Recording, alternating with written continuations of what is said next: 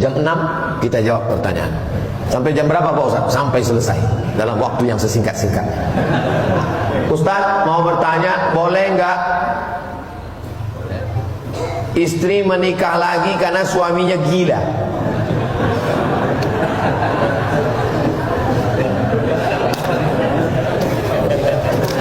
Ada namanya al-uyub al-musawwahah, penyakit-penyakit yang istri dibolehkan menggugat ke hakim dan hakim akan menjatuhkan talak.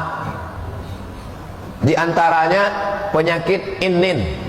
Inin, pistol tidak meletus. Dia berobat selama 1 tahun. Kalau 1 tahun tidak sembuh, kata istrinya, karena saya sudah cinta Pak Ustadz, nggak apa-apa, meletus nggak meletus saya jaga. Berarti boleh. Tapi kalau dia tidak ridha, maka dia dibenarkan secara fikih. Yang kedua, kena penyakit kusta karena memudaratkan, mematikan. Kata istrinya, saya jaga kamu sampai mati karena kamu adalah cinta mati saya. Tapi kalau kata istrinya, saya tak sanggup, maka secara fikih dia dibenarkan. Yang berikutnya adalah gila, maka dia berusaha untuk berobat, sembuh. Kalau sembuh dia lanjut. Masalahnya setelah berobat sembuh dia pulang, pas ada acara nikahan dia nyanyi lagunya Aku Masih Seperti Yang Dulu. Nah ini diantara penyakit yang dibenarkan, dia menuntut kepada hakim dan hakim menjatuhkan. Dan kita sebagai orang yang di luar keluarga itu tidak boleh mengejek, mengatakan istri nggak setia. Memangnya kalau kamu di posisi itu sanggup? Nah, jadi agama Islam ini agama yang rasional. Tapi kalau orang sudah cinta, dia tidak irrasional. Dia sudah sampai kepada makam tidak rasional. Mau gila maupun saya jaga aja Pak Ustaz.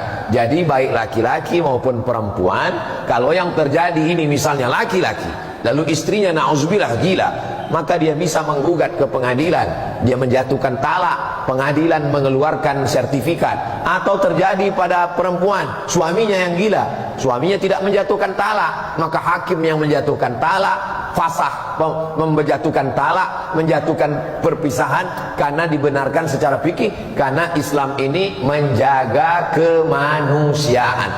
Islam ini datang menjaga 5. Yang pertama, hifzul mal, menjaga harta. Tidak boleh merampas, mencuri, merampok. Hifzul akal, menjaga akal.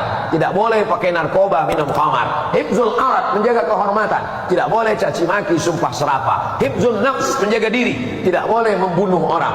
Hifzul din, menjaga agama. Tidak boleh menistai, menodai, mengotori agama. Siapa yang mengejek agama-agama kita, mengejek agama kita, maka halal darahnya. Nah, ini tugas diturunkannya Islam untuk kemaslahatan manusia. Apa hukumnya mengunjungi tempat candi atau peribadatan orang lain? Sebagian ulama mengharamkan, sebagian memakruhkan. Yang mengharamkan itu karena dikhawatirkan rusak akidahnya, karena di sana ada tempat penyembahan berhala. Di sana Allah dihinakan, di sana Allah disyirikkan, di sana Allah diduakan, ditigakan. Mestinya kita melihat kemungkaran ini, mencegah. Man ra'a minkum mungkaran falyughayyirhu biyadihi, fa in lam yastati fa bi lisanihi, fa in lam yastati fa bi qalbi. Ini marah, bersenang-senang, ketawa-ketawa di tempat Allah dihinakan. Padahal ini perbuatan yang paling mungkar di antara yang mungkar. Mana yang lebih mungkar? Syirik atau minum khamar? Syirik lebih mungkar, karena syirik terkait dengan tauhid la ilaha illallah. Nah, jadi jangan bawa anak kita ke tempat kemusyrikan, ke tempat kesyirikan, ke tempat Allah diduakan, di tempat Allah dihinakan. Begitu kata para ulama. Saya belum pernah membawa anak murid, anak kandung jamaah ke tempat Allah dihinakan. Karena saya selalu berceramah, mereka menghinakan Allah, mereka mengolok-olok Allah. Loh, kok malah kita membawa jalan-jalan ke tempat Allah dihinakan?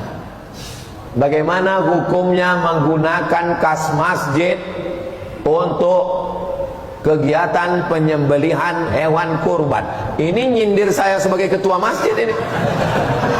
Saya ini ketua masjid Ibadur Rahman di Jalan Sukakarya, Pekanbaru, Riau.